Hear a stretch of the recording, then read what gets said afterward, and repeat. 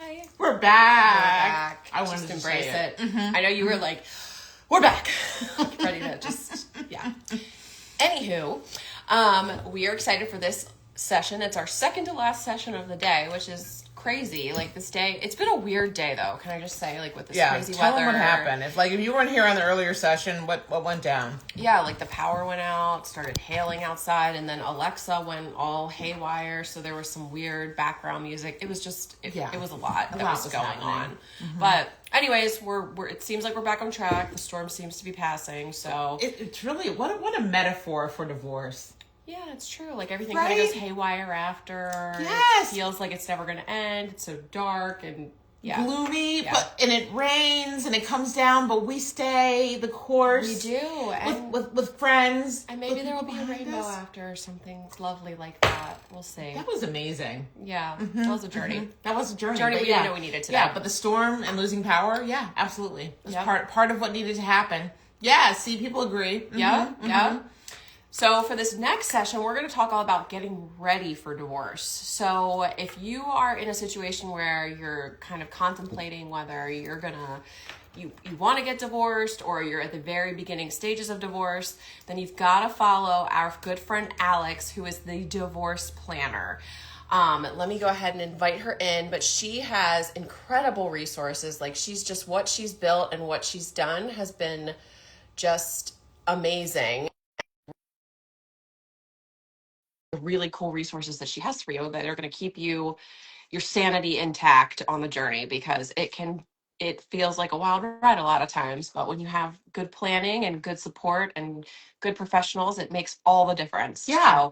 Oh, hey, hi, Lisa. Love that. But I mean, and a lot of people know, they at least have some kind of inkling that the relationship may not last, right? Mm-hmm. And that, whether it's because you had a discussion with your partner and that the relationship maybe is on its last leg, and maybe you all have made a decision together. It's not like divorce planning has to exclude, your partner, because sometimes people approach it like that, but it is at the end of the day something, whether it's just you or it's you and your partner, there's benefit in planning, because it does really upset the whole apple cart of your life. Yeah. And so many aspects of your life. And so we love that Alex has a tool that she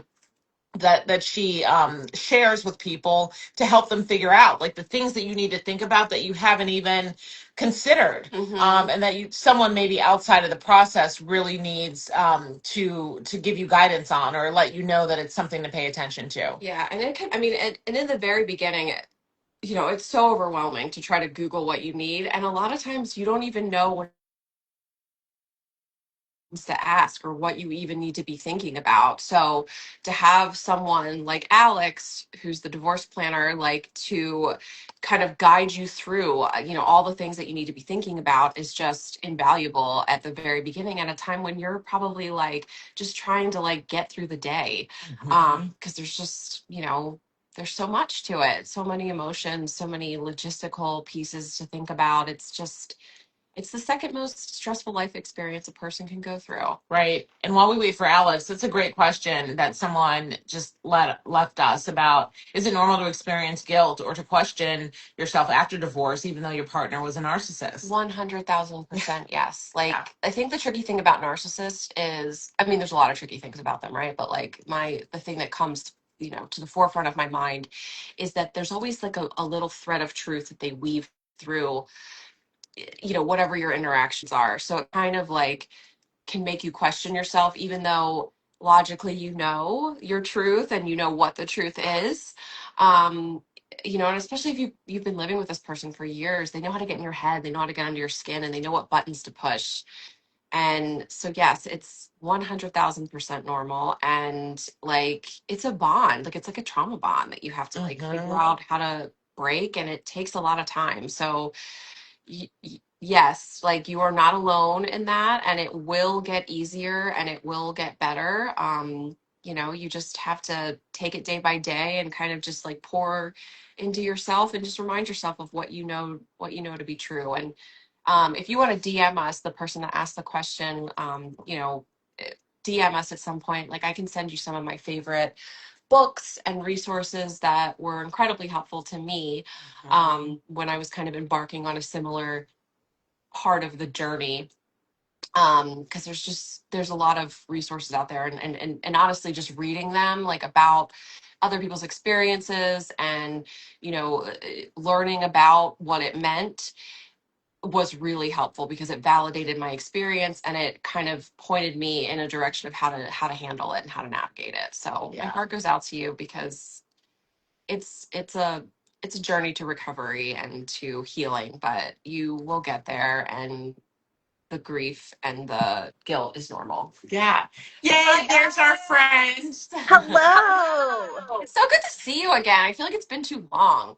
I accept that. It is too long. I agree. Yeah. It was way too long. It's so good to see the two of you as well. Yes. Oh my God. Yes. You will always be our like OG like Instagram live friend because I think you were at first. Yeah. And you were like, we don't know what to do. We don't know what to do. And like you were made it so easy, and you're such a pro and at everything that you do. And we're just really grateful that you had reached out to us like a year, 2 years ago. 2024, like at the very beginning of our journey. You were like, hey, let's be friends. I've been Stan for Sincerely Divorced Ladies since the beginning. I'm the OG. Yeah. You are.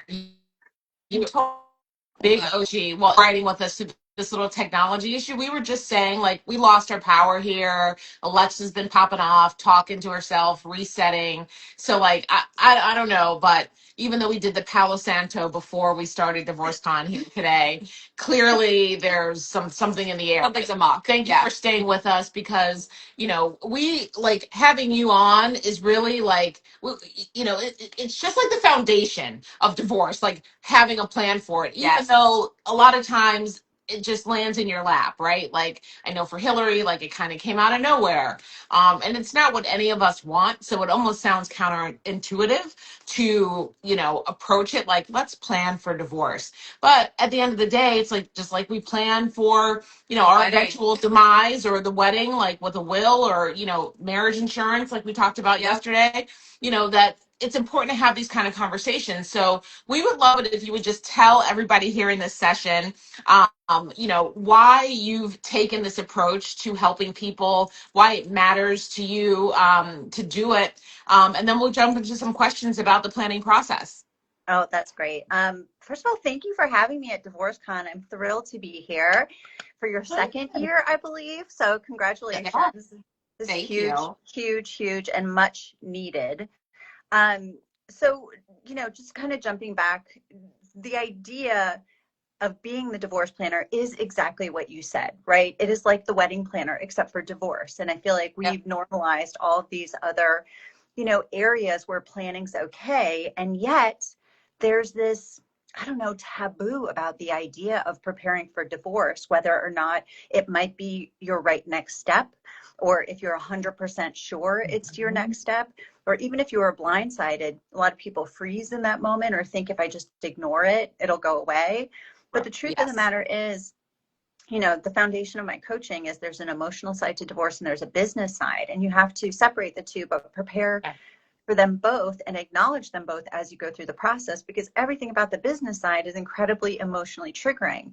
So, going back to this idea of the divorce planner, it really stemmed from a personal place for me when I went through my own divorce originally. And my previous incarnation was I've been a creative producer for, television and film for 20 plus years. So I'm a highly organized project manager of these huge productions, budgets, contract negotiations, making sure that, the big plans are met and that every detail, every, T is crossed and I is dotted. And when it came time for me to investigate, right, I knew that the shit was hitting the fan, if sorry y'all, but it was in my marriage. And I had this feeling of, oh, what if I just approach this as if it's one of my big productions? And what I found was, by getting that organized financially, administratively, preparing myself for consultations, it put me in the best position to ask questions, to become my own best advocate, and quite frankly,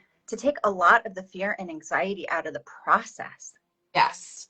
Yeah, 100%. And that actually leads really well into our first question, which is to clarify, you work with people that have not filed yet, correct? You will work with people that haven't even made the decision yet. So can you kind of walk us through like how that works and kind of what you're exactly going through with a client?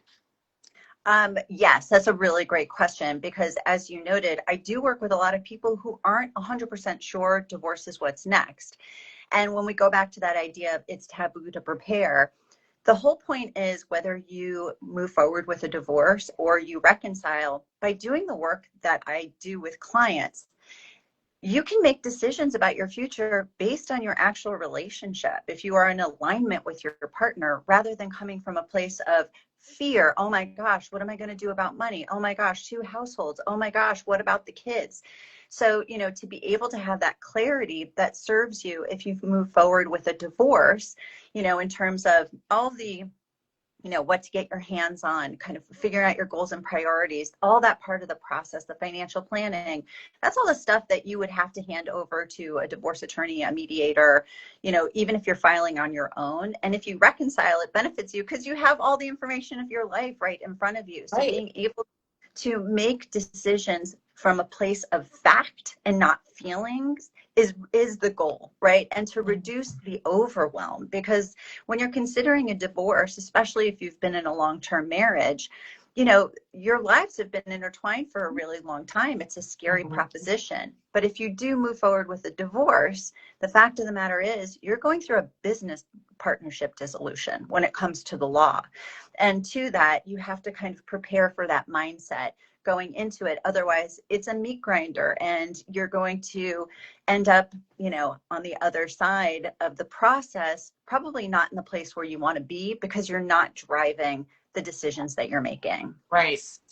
Oh, I'm sorry. No, I was just going to say it's just very much a proactive approach versus a reactive approach, which I think we can all probably agree that it would be a different kind of response, Right. depending on where you are or what.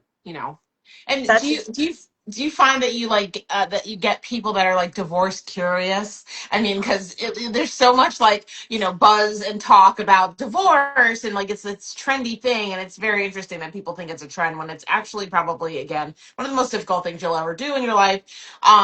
But do you get people that are like, I'm kind of curious, and then after you talk with them about like all the components or all the things, they're like, maybe I'm not curious, or is that something that you see? That's a great question. I have a blog that posts new, articles every week. And one of the entries over the past like 5 or 6 months was being divorce curious, right? Like it's a stage where I don't think that it gets talked about a lot, but it is a really common occurrence. Like we know things like quiet quitting your marriage or the slow fade. We know, which is more about being in shutdown mode and avoidance and not doing anything. And the divorce curious is, look, whatever period you are in your marriage isn't sustainable anymore. And if you're starting to think about the possibility of divorce, that curiosity should lead you to education, right? Like I offer free 15-minute consultations like over Zoom for 10 people every month. And a lot of them coming in are exactly in the place that you're talking about, that divorce curious. Yeah. But I always applaud them because by taking action to educate yourself, that is the best first step you could have. And I've had clients who, I met with 2 years prior to them starting to work with me in a coaching capacity. I've had clients who purchased my checklists and what have you a year prior before they even booked a call. It is a process, and that divorce curious period kind of speaks to, if you're in a long-term marriage again, there's usually a 2 to 5 year period. These things don't just sneak up on you. They rarely do. Do people get blindsided? Absolutely.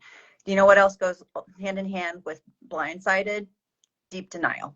And I think it's a painful thing. And so when you are starting to wake up in that divorce curious phase to get yourself hard information to make decisions on, you're just putting yourself in a better position again to make a huge life decision that, like I said, is so emotionally charged. Yeah. And a lot of people think that like the first part of making that decision is hiring an attorney before they do anything else. But like, is that really true? I would say, I think we see in, movies or series, this idea of what divorce is. I'm in the middle of recording season 2 of the Divorce Planner podcast. And I did my first episode with a divorce litigator because I'm always advocating for, like, please, mediation and try and work this out. Right. But being able to, oh my gosh, Bethany, I totally lost my train of thought. Restart the question. Yeah, it's okay. It was basically just like a lot of people, when they initially are divorce curious or at the beginning, they think, I'm going to get an attorney first. Yeah. Mm-hmm. Yeah, no, that shouldn't be your first step, because most people either offer a free consultation or have a consultation available if you're looking at family law attorneys, and going into those consultations prepared puts you in the best position to get answers about your specific situation with specificity to your situation. Yes. And there's a huge difference of being able to go in and say, here's my marital standard of living, here's our income, here's what our expenses are, here are my priorities, like these are my big questions, so that you're making the most of that time. And look, I'll tell you also, something I see a lot is in marriages, maybe one person is in charge of the finances and the other is in charge of other bigger things, but there can be an imbalance. So even for people who have been in that position where they're not in charge of all of the financial information, you still can prepare, and being able to go into that consultation and say, hey, I don't have access to everything. Here's what I do have. Here's what I don't have. Puts you in a better position, not only, like I said, to get that detailed information about your situation, but also to assess if the person you're meeting with is the right fit for you, right? Mm-hmm. You don't know what you don't know until you have that meeting. Yeah. Gonna go. Oh. I know, lose the train of thought. I know, it's the storms. Like, we're like, honestly though, like the sky keeps doing weird things. I know, it's like really sunny now, and we're like, okay, just making sure there's no tornado coming. But oh my God, God, our next question. Yeah, no exactly. Because we don't need to be blown away. No, not in this way. We're blown away by you, but we don't need to be blown away by like the actual meteorological, event. So, yeah, exactly. So, okay, so continuing on this conversation, like planning and all the different factors, because there are so many. I think one of the pieces, it's how you're approaching this conversation, or about dissolving a relationship. Like if you've been like a stay-at-home parent versus someone, or someone who hasn't worked in years, is the planning conversation different? Because to your point about the financial planning pieces, like someone, whatever your responsibilities were in the marriage might impact it. Could that also be like your work status, or whether you stayed at home, does that also impact it? 100%. Yes, absolutely. Yeah. And there is, the same guidelines for preparation for, no matter how you come to this moment. But if you're in that position, it's even more important so that you start feeling some ownership.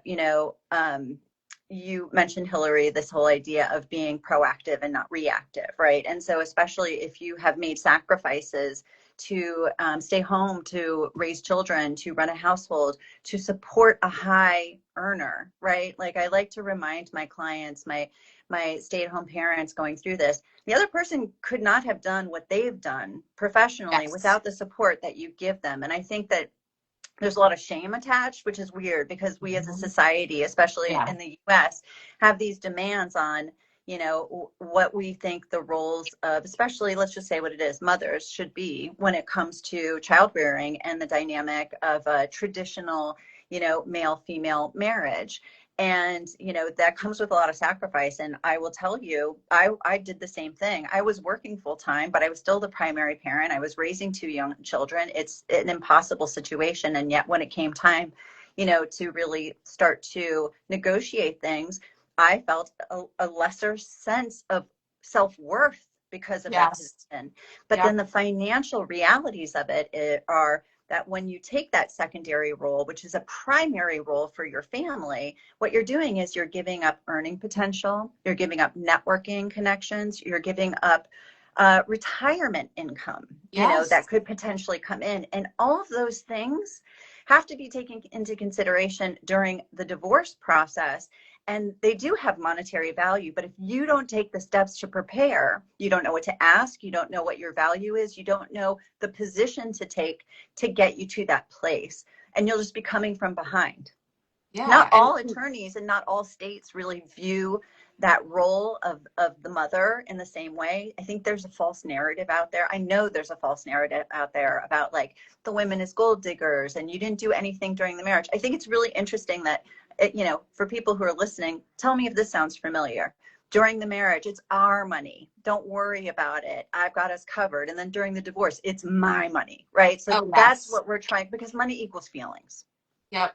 Yep. And I just love how you have kind of put a more traditional value on these things that they're so often discard or not even thought of in this, like, missing out on years of retirement savings and all those things are factors. And the networking, I mean, my goodness, like things change so much in the working world from year to year, and if you're out of it for X number, it's really hard to get back into it.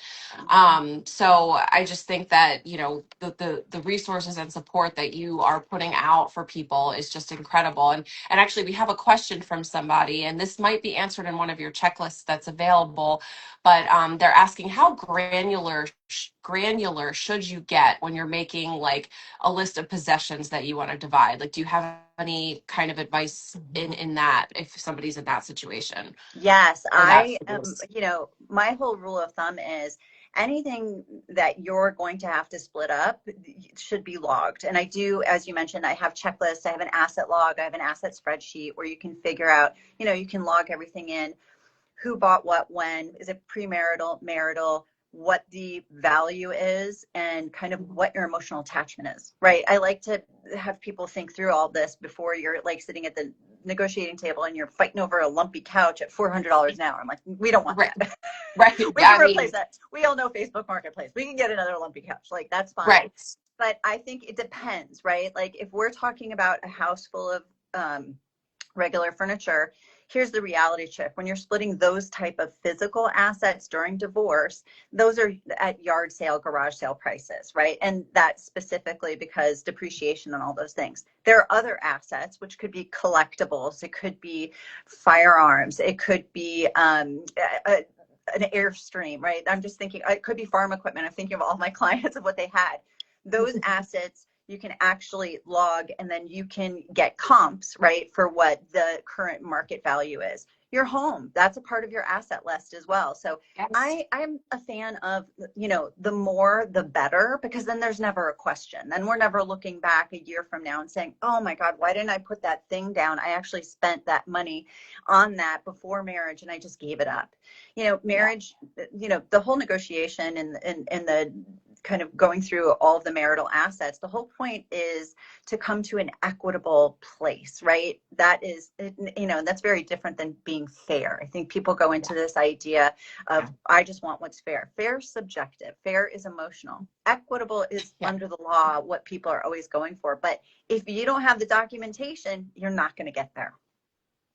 Yeah. Right. And you also have to know what's of value to you, right? Like that's something to think about before even, or as you're doing that list. It's like, because of, if I don't care about the shovel, then, just being clear about that, again, not saying that it's not something you have to acknowledge, but just knowing what things have value to you and what things do not have value to you, which not only physical items, but that's also a very spiritual, emotional practice as well, is knowing what you want to value and do value going forward. Yeah. What hills you're willing to die on.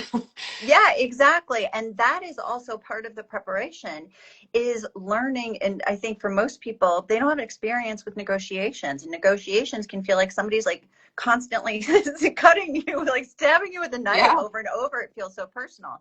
But when you take the time to go through the assets, the valuation, I work with clients and I have a ton of writing all about getting comfortable with negotiation.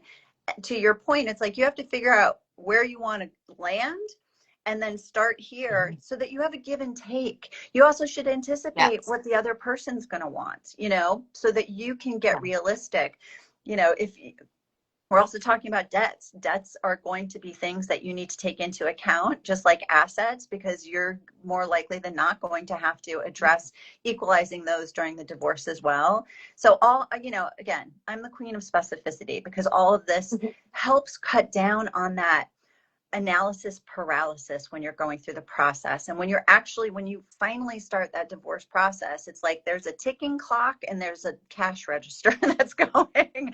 Yeah. And so my gosh. Yes. yeah, and every decision feels urgent, right? But when you've taken the time to do all of this preparation work, you're coming to that again from a proactive place and not reactive, which saves you time and money and a lot of anxiety.